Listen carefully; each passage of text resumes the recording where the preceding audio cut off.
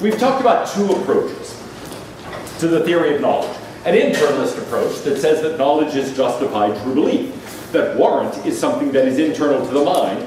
And then we've looked at externalism, the view that no, warrant is something that involves an external connection to the world, and knowledge is something like a true belief that arises from a reliable process of belief formation.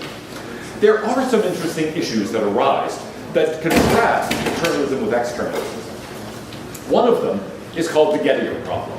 The Gettier problem is basically arguing that the condition of justified true belief is not enough. You can have a belief that is justified and true and a belief, and yet does not count as knowledge.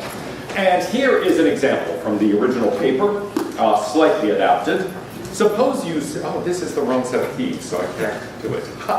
Okay, suppose you looked at my key, my other key ring, and you saw a key to a Mazda on that. And you infer that I drive a Mazda. Well, you have a belief that I drive a Mazda. It has some justification. You saw a Mazda key on my key ring, and it's true, I do drive a Mazda. And so you might think, great, justified, true belief. I know that you drive a Mazda. But here's the situation that Edmund Gettier pointed out. What if what you saw on my key ring was not actually the key to my car? What if, for example, I borrowed someone else's Mazda? Or actually, in my case, both daughters of mine and my wife all drive Mazdas too. We're a multi-Mazda family. So suppose what you saw was actually the key to my daughter's car. Then you might infer that I drive a Mazda. You'd be right. You'd have a justification. Hey, I saw that key on your key ring. And yet it might have been the key to my daughter's car. And so Gettier's point is that we can get to a justified true belief, but in the wrong way, relying on a bit of information on an assumption that actually was incorrect. And that's what happens in this case. You see that on my key ring, you assume that's my key, and actually it's not. Here's a second kind of case that has worried people, and there's been a huge amount of discussion in the literature, in the theory of knowledge over this, over the last few decades. You're in the middle of an area, let's say in California, where there are a lot of barns, or at least a lot of what you think are barns, and you stop by the roadside to take a photograph.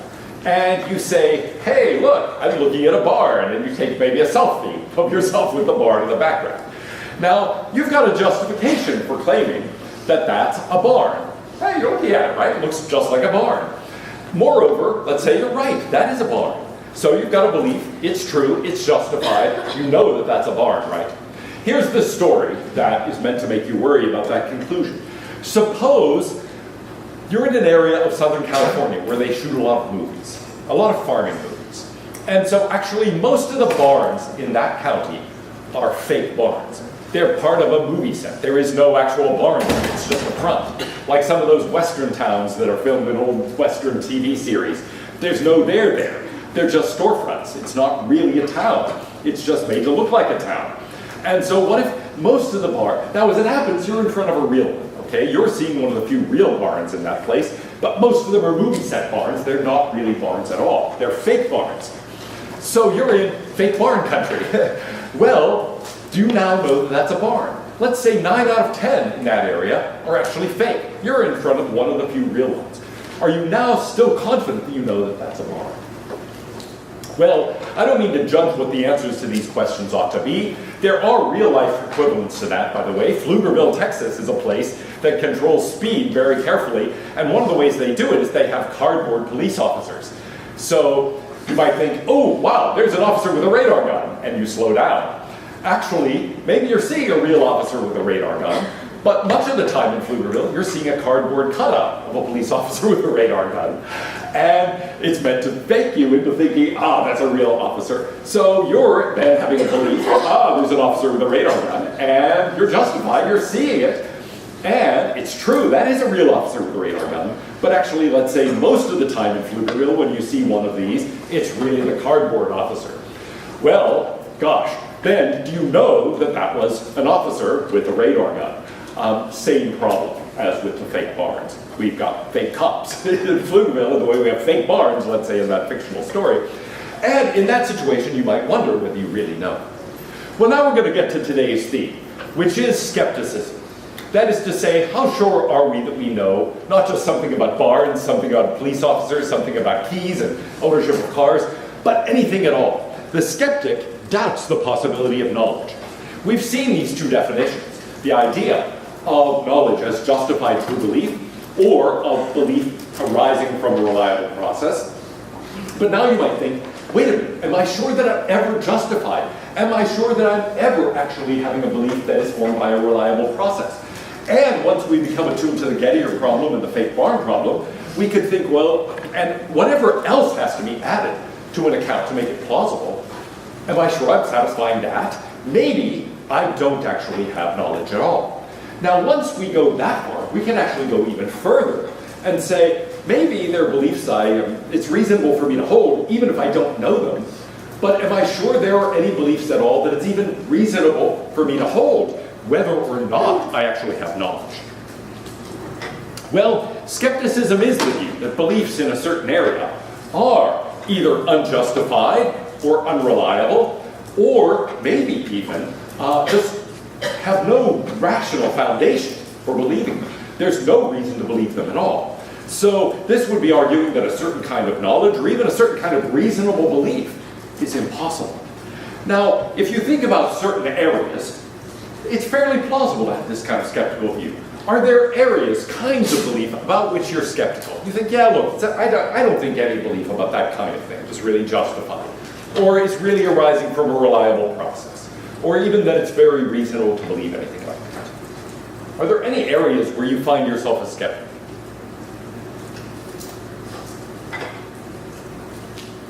Yeah? Flat earthers? Say it again? Flat earthers? Flat earthers. Well, okay, most people wouldn't say, gosh, I don't think it's possible to know whether the flat earth theory is correct or incorrect. They would say, no, I'm pretty sure that's incorrect, right? Those are false beliefs. A skeptic would say, I don't think you can know whether or not it's true or false. Yeah? A lot of religion. Oh, all right, religion might be one area you might be a skeptic toward. You might think, look, people talk about God and what God is like and so forth, and I don't think you can know whether God exists, or I don't think you can know whether God has a certain kind of character. So lots of people are skeptics about religion. Some, even religious people who believe you can know that God exists, still think you can't know much about what God's like, and so we're skeptics about certain kinds of religious claims. Yeah? I know there's this school of thought called solipsism, which believes that nothing is real. And I would say I don't believe anything is real, but I'm skeptical about whether anything at all is real. Oh, good. Okay, a solipsist is somebody who thinks that, well, they exist, but maybe nothing else does. Okay? There haven't been many solipsists in the history of philosophy. And, you can imagine a society to promote solipsism. Well, but that's supposed to be funny, right? Because why would a solipsist start a society? Because they don't believe anybody else exists. There is a Dutch mathematician who started the mathematical school of intuitionism, who basically argues from a solipsist standpoint. He talks in his work about the mathematician. And he's serious about that. He really means himself. He thinks that he's the one and only mathematician.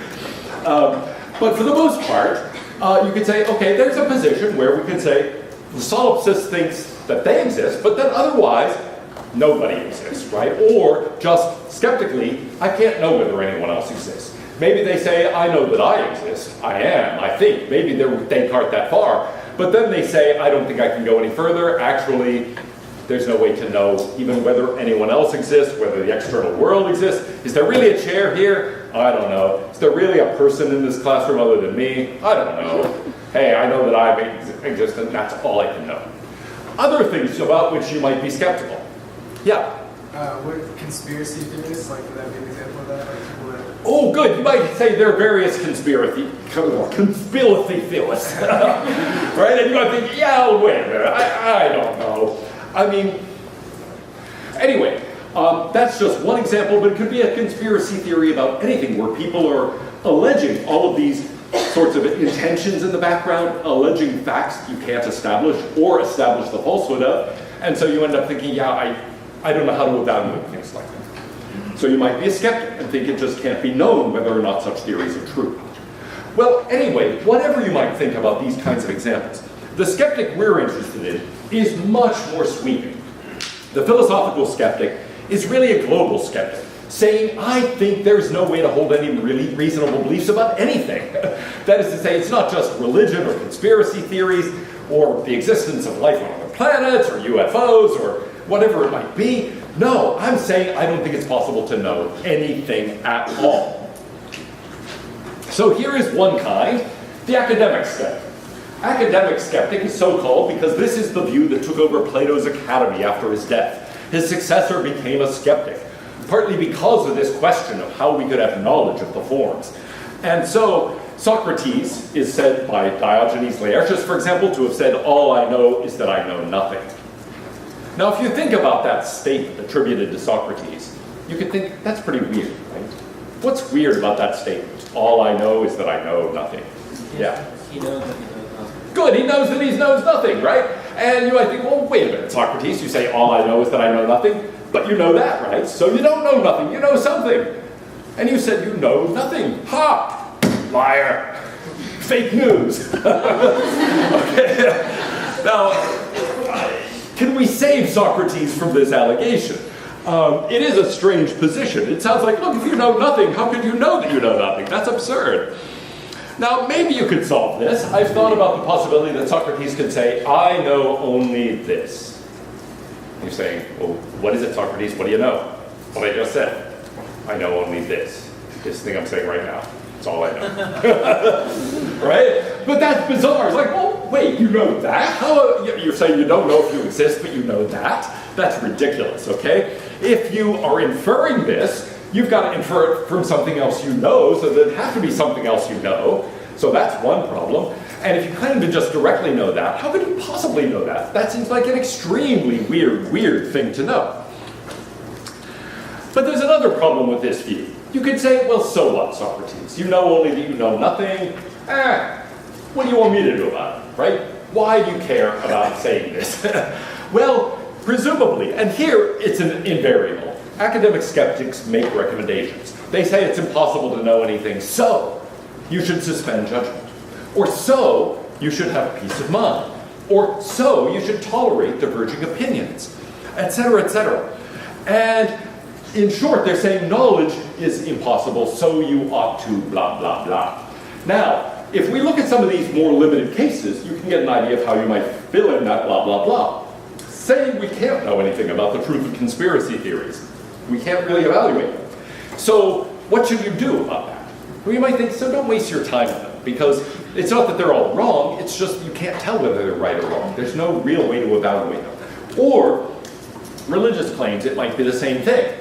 Though some religious thinkers have said, well, as Kant does, I'm clearing away knowledge to make room for faith. So some religious skeptics have said, yes, I can't know anything about God, but I can have faith. And in fact, faith is what matters. So, in short, you say typically, oh, I doubt knowledge here, but then you make a recommendation. Now, if you are skeptical about religion, or about conspiracy theories, or the existence of UFOs, or whatever, it's fine to do that. You can do that without inconsistency. But if you say, I doubt whether it's reasonable to hold any belief about anything, and then you think something follows, right? You say, it's impossible to know, so we ought to. It looks like you're alleging some kind of connection between the impossibility of knowledge and then what you ought to do. But how could you know that? How could you know your recommendation follows? Gisela Stryker has talked about that puzzle. And so if the academic skeptic says, here's my thesis, knowledge is impossible, for example, and then, so you ought to, whatever it is, it looks like that alleges some connection that the skeptic can't possibly know. There is no way to know that the recommendation follows. Well, for a lot of reasons then, people have thought academic skepticism, though in a way a reasonable position, it's been called, the academic skeptics have been called the least surly of the philosophers, because they are the most tolerant and the least insistent on their views. Nevertheless, what came to predominate ancient skepticism was another branch of skepticism known as Pyrrhonian skepticism. The Pyrrhonian skeptic says, I don't know anything, even whether or not I know anything. So they'll say, it doesn't seem to me I have any knowledge, or that it's reasonable for me to believe anything. And I don't even know if it's reasonable to believe that. So you say, hey, what do you know, Pyrrho? There's nothing. Do you know that you know nothing? Nah. Not even sure of that. Yeah. What if Socrates is saying that he knows nothing about the world? He knows nothing, which in a sense is nothing because he doesn't get that knowledge from the world around him. All right, very good. That would be another way of rescuing Socrates, saying, I don't know anything about the world, but I do know something about my own states of mind, and in particular whether I know certain things or not. So you could say, I have no first-order knowledge about the world, but I do have this second-order knowledge about my lack of knowledge. So that would really be a way of saying, I know that I have no first-order knowledge, but my knowledge of that is a higher-order thing based on reflection, not based on observation about the world. It's about me and not the world. And you're right, that would be another way of making his view consistent. And I think actually that's probably much closer than my idea of I know this to what Socrates might have meant if he in fact said this. We don't have this recorded in any of the dialogues of Plato. This is just from a historian of philosophy whose accuracy is generally pretty good, but might be off in this particular case.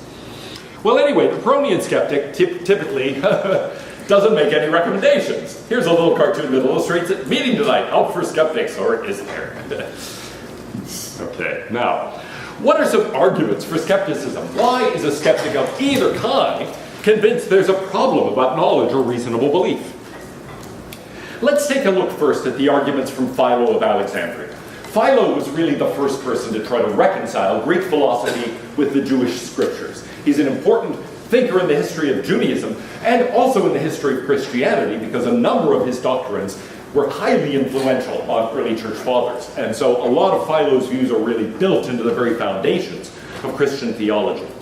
In any case, he writes a work with one of the most wonderful titles of any philosophical work. It's On Drunkenness. And he lays out skeptical arguments there. Now, in the end, Philo is not a skeptic. He thinks it's possible to respond to these arguments, but he is a very important source for these skeptical arguments. So here's the first one. The argument from illusion. He says we often misperceive things. And moreover, there is no way to tell when we're misperceiving things. So on any given occasion, we might be misperceiving things. Our faculties are prey to illusions. We think we hear something and actually there was nothing there. Or we see something and it's not the way we think we see it. We see the mirage, for example, and think that the road is wet up ahead of us, and it's not. It's a reflection. So we're guilty of misperception. Here is how Descartes puts the same argument. To be sure, whatever I've admitted so far is most true. I've learned it either from the senses or through the senses.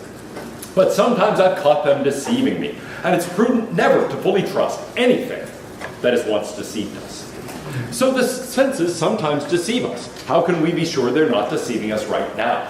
And take a look at some of the illusions that cognitive scientists study because they do reflect deep inadequacies of our perceptual system. Here's the Muller-Lyer illusion. Those two lengths are the same, okay? But they sure don't look the same. And even knowing and counting and realizing they're the same, you can't force your eyes and your brain to see them as the same. Or consider this. Those two orange dots are the same size. And yet they don't look that way, right? There. It looks like that's some weird square-like spiral going in toward the center. But it's not. It's just a series of embedded squares.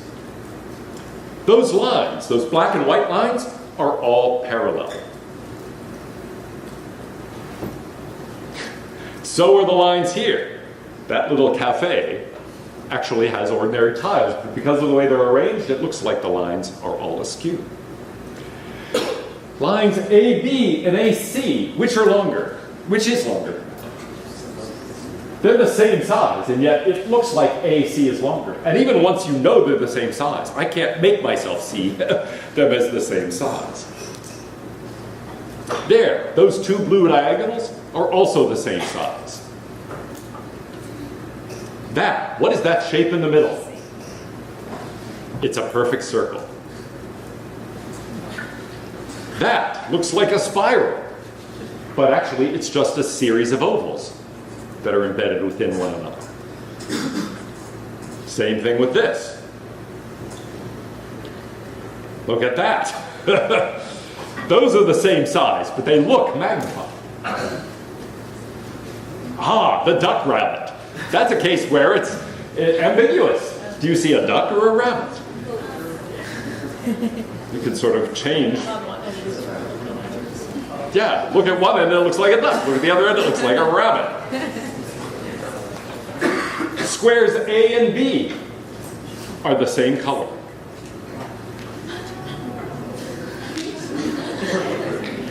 Those two vertical gray lines are the same color. That line in the middle, it doesn't vary in shading. It is the same all the way through, just like that. I mean, look at that. Oops.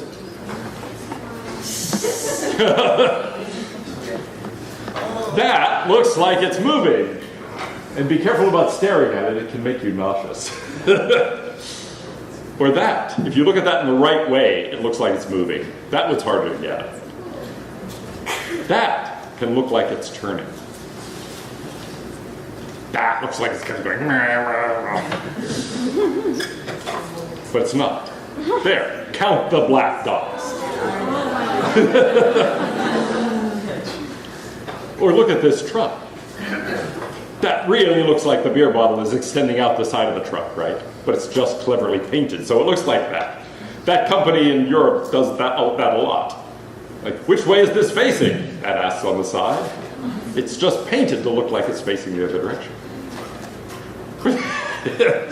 There, it's painted to look like they're all hanging from the ceiling. That's just paint on the outside of the truck. Okay. There's a lot of work that's been done on inattention. In the past, philosophers have worried most about the argument from illusion in the sense of seeing things that aren't the way they really appear. But there's also a huge amount that we miss. We miss a lot if we're paying attention to something else. You might have seen some of these in a psychology course. The gorilla, the woman with the umbrella, various examples like this. But it's astounding how many things people don't notice. And there's a whole series of these videos online where you can look at people sitting in a cafe. And something important changes. The color of the background, the color of people's clothes, and so on. You're watching the thing, and you don't notice the change. And then only at the very end, you can sort of go back to the beginning and you realize, oh my gosh, okay, this change has taken place, but you don't notice it. And some of them are really important features of the scene. So it's astounding how much we don't see. Now, the second argument from Philo is called the argument from comparison, or the argument from relativity. And it goes like this. We're exposed to things in the world by way of our cognitive faculties. We perceive things, then our brains process that information. We construct an image of the world out of all that. There is no way to tell what aspects of the world are really out there in the world, which are being contributed by our faculties of sense, and which are being contributed by our own neural processing. And so, there's no way to distinguish the features that are really in the world from the features that are being supplied by us in one way or another. Basically, the idea is this. We know things only as they relate to us, as they affect us. We cannot distinguish the aspects that are really there in the world, what Descartes and Locke, for example, call the primary qualities, from the secondary qualities that are being contributed by us. Yeah? So it's like knowing whether it's hot outside or not. It just depends how tolerable we are to it, compared to if it's hot on another planet. Well, okay, yes. Heat would be a good example of something that feels relative to us. And so is it really hot outside? Or is the water too cold to swim in? I have this friend in Canada who has been saying just today, this might be the last day she can actually swim, because the water is now around 42 degrees. And she's willing to swim. My wife is out when it gets below 80 degrees in the water, so she'd just never swim in Canada. It would be impossible. For me, it's like 70. I won't swim if it's less than 70 degrees in the water. But what's cold for me is obviously not cold for my Canadian friend. In fact, she would think 80 degrees, well, you might as well be just walking into a bathtub. And I think 42, I mean, you're insane. But that's a question of perception, right? And so you could think, look, how do I know what well, here we have scientific ways of measuring the actual temperature of the water. Nevertheless, you might say, what's the boundary of cold as opposed to warm? Different people are going to set that in different places, and it's a question of how that affects us. Yeah?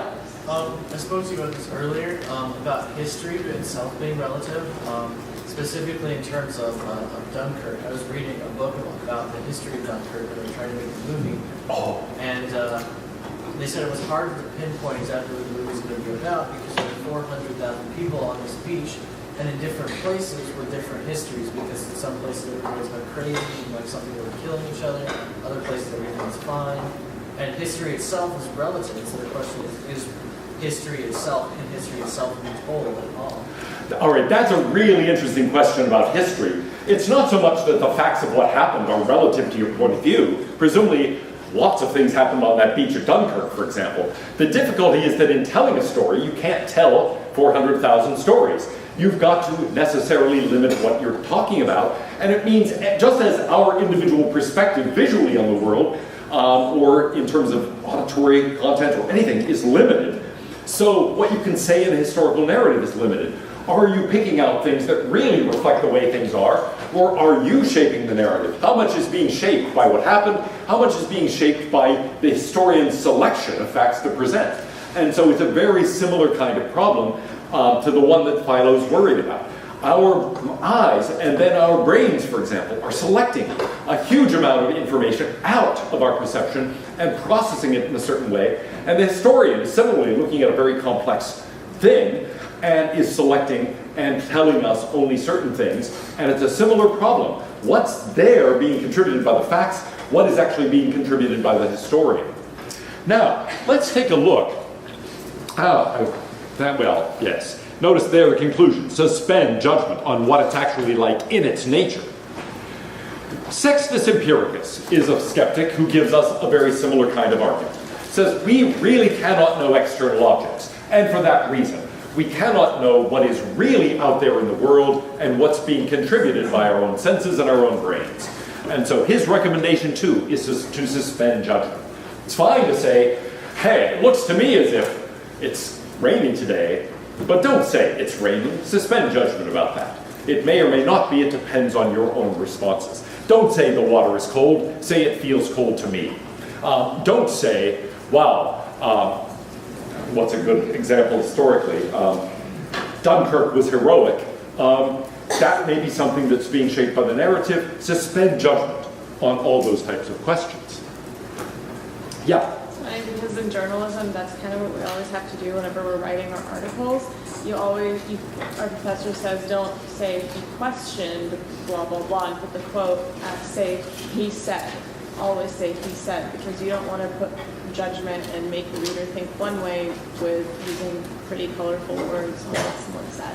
Good. Journalism faces exactly the same problem that history faces here. A journalist is really something like a very short-term historian. And so you've similarly got, hey, what happened in the world yesterday? Well, a huge amount happened in the world yesterday. What do you present to include in the newspaper or in the news broadcast, etc.? You're making a selection. How much of what is then the impression left on the viewer or the reader is really a matter of what was in the world and how much of it is due to your selection? It's the same type of problem. Now, I want to move on to another argument that is important in the skeptical tradition, the argument from dreaming. This most classically appears in the Chinese philosopher Zhuangzi. Intellectual distinctions, he says, correspond to nothing in reality, and so it is said he concluded that there was no point to believing anything or doing anything at all. Zhu later said Lao Tzu still wanted to do something, but Zhuangzi didn't want to do anything at all. Well, however that may be, Zhuangzi, I'm going to skip the logic. Let's go directly to the argument from dreaming. Those who dream of the banquet wake to lamentation and sorrow. Those who dream of lamentation and sorrow wake to join the hunt. While they dream, they don't know that they dream. Some will even interpret the very dream they're dreaming. And only when they're awake do they realize it was a dream. I don't know if you've had dreams like that, but I've had dreams that I was dreaming and then I woke up, but I'm still asleep. And so it's like there was a dream within the dream, like the play within the play in Shakespeare. It's kind of like, oh, I woke up from the dream within the dream, but I was still within a dream. Anyway, here is his most famous statement of this. Once upon a time, I, Zhuangzi, dreamt I was a butterfly, fluttering hither and thither, to all extents and purposes, a butterfly. I was conscious of only following my fancies as a butterfly, and was unconscious of my individuality as a man. Suddenly I awaked, and there I lay myself again.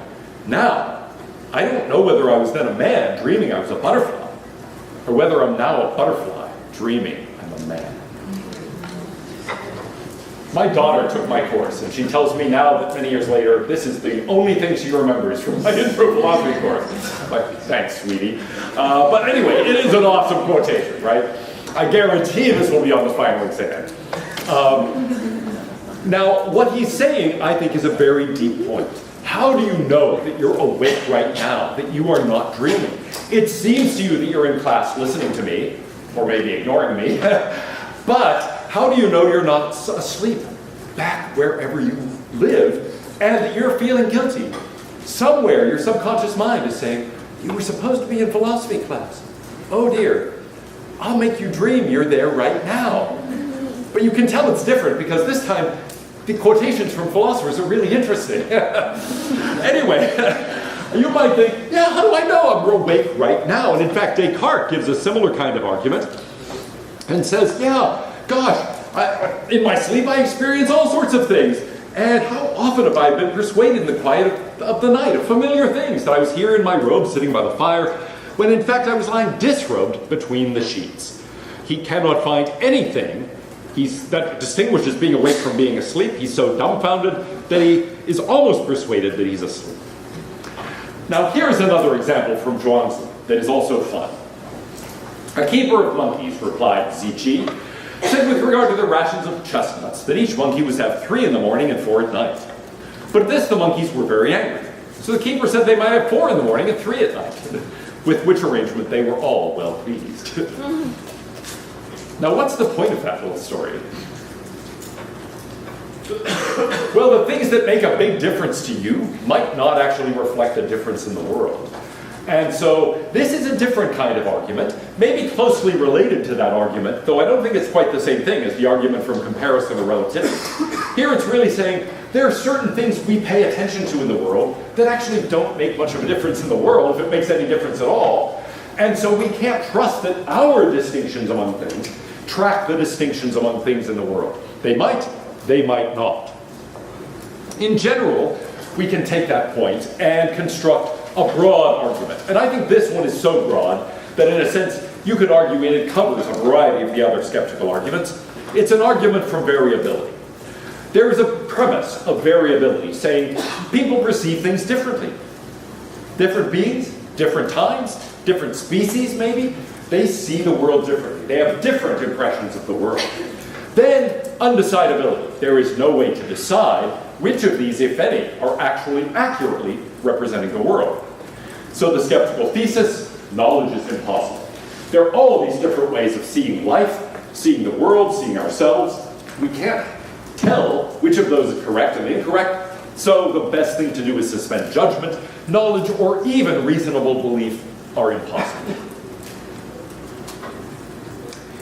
Well, sometimes philosophers are worried about the variation among species. The way we perceive things is very different from the way a cat or a dog or a bat would perceive things. How do we know which one is actually reflecting accurately the statement of things? Ah, yes, I have some pictures of really cute monkeys. This is Zhuangzi again. I would ask you this, if a man sleeps in a damp place, he gets lumbago and dies. But how about an eel? And living up in a tree is precarious and trying on the nerves, but how about monkeys? Of the man, the eel, and the monkey, whose habitat is the right one? Absolutely. Men admire Mao Chang and Li Ji, at the sight of whom fishes plunge deep down in the water, birds soar high in the air, and deer hurry away. Yet who shall say which is the correct standard of beauty? Or, well, but he goes on with this vein. The idea is different species perceive things differently. Someone human beings perceive as beautiful might be viewed as terrifying to a fish. So, how do we trust ourselves? We might think what we need is a criterion. That is to say, all right, there are lots of different ways of seeing the world. The claim is we don't have any way of telling who's right. I guess we need a criterion for telling who's right. This isn't a problem that's insoluble. We just need a criterion for sorting through those different ways of seeing the world, figuring out which are better than others. But you might say, wait, we need a criterion, but where can we get it? Presumably, there are going to be different criteria we could adopt for deciding actually who is perceiving things accurately. And so since there would be different criteria, would face the same problem. We would need a criterion for selecting among the criteria. So we could say, great, we need a third level criterion, a criterion for deciding about criteria. But you might say, well, where are we going to get that? I bet there are many of those we could propose. Presumably we'd need a criterion for deciding on criteria of criteria, etc. Well, we get into an infinite regress. And that's called the problem of the criterion. Who shall I employ as arbiter between us? If I employ someone who takes your view, he'll side with you. If I employ someone who takes my side, he'll side with me. How can such a one arbitrate? And if I employ someone who differs from or agrees with both of us, he won't be able to decide between us. So in short, there is no neutral judge. There's no way to find a neutral criterion. And so we get led into an infinite regress. We would need a criterion of criteria, and then a criterion of criteria, and so on and so forth, ad infinitum. So basically, this is a nice way of putting the problem of the criterion. Is there a criterion for truth? Well, we'll settle that. We need a criterion. But that's exactly what's at issue. We either have to argue in a circle, or we face an infinite regress. Yes. Well, I'm going to skip Nagarjuna. He points out something similar about externalist theories and reliability. But I want to get to, in a way, the trump card for all skeptics. Descartes contributes, after reviewing a variety of these arguments, he comes up with one of his own. And it is considered by many the most powerful skeptical argument. He says, what if there is not a nice God that wants us to know about the world and be happy, but an evil deceiver in charge of the universe? Someone who is actually designing the world so that we come to the wrong conclusion every single time. This makes us doubt even logic and mathematics. I shall therefore suppose, not that God who is supremely good in the fountain of truth, but some evil genius of the greatest power and cunning, who has employed all his energies to deceive me. Now this means deceiving my senses, so that I'm always guilty of an illusion. I'm never seeing things as they are. But it also means that in my reasoning, I'm constantly getting the wrong conclusion. Think, my mind skips a beat every time I think about something simple, like, what is 1 plus 3? My mind thinks 1 plus 3, 5! Okay, what if that happens? My mind skips a beat, and the evil deceiver is in there constantly messing with my neural connections in such a way as I will always come up with the wrong conclusion. That would mean everything you end up believing is false. Well, imagine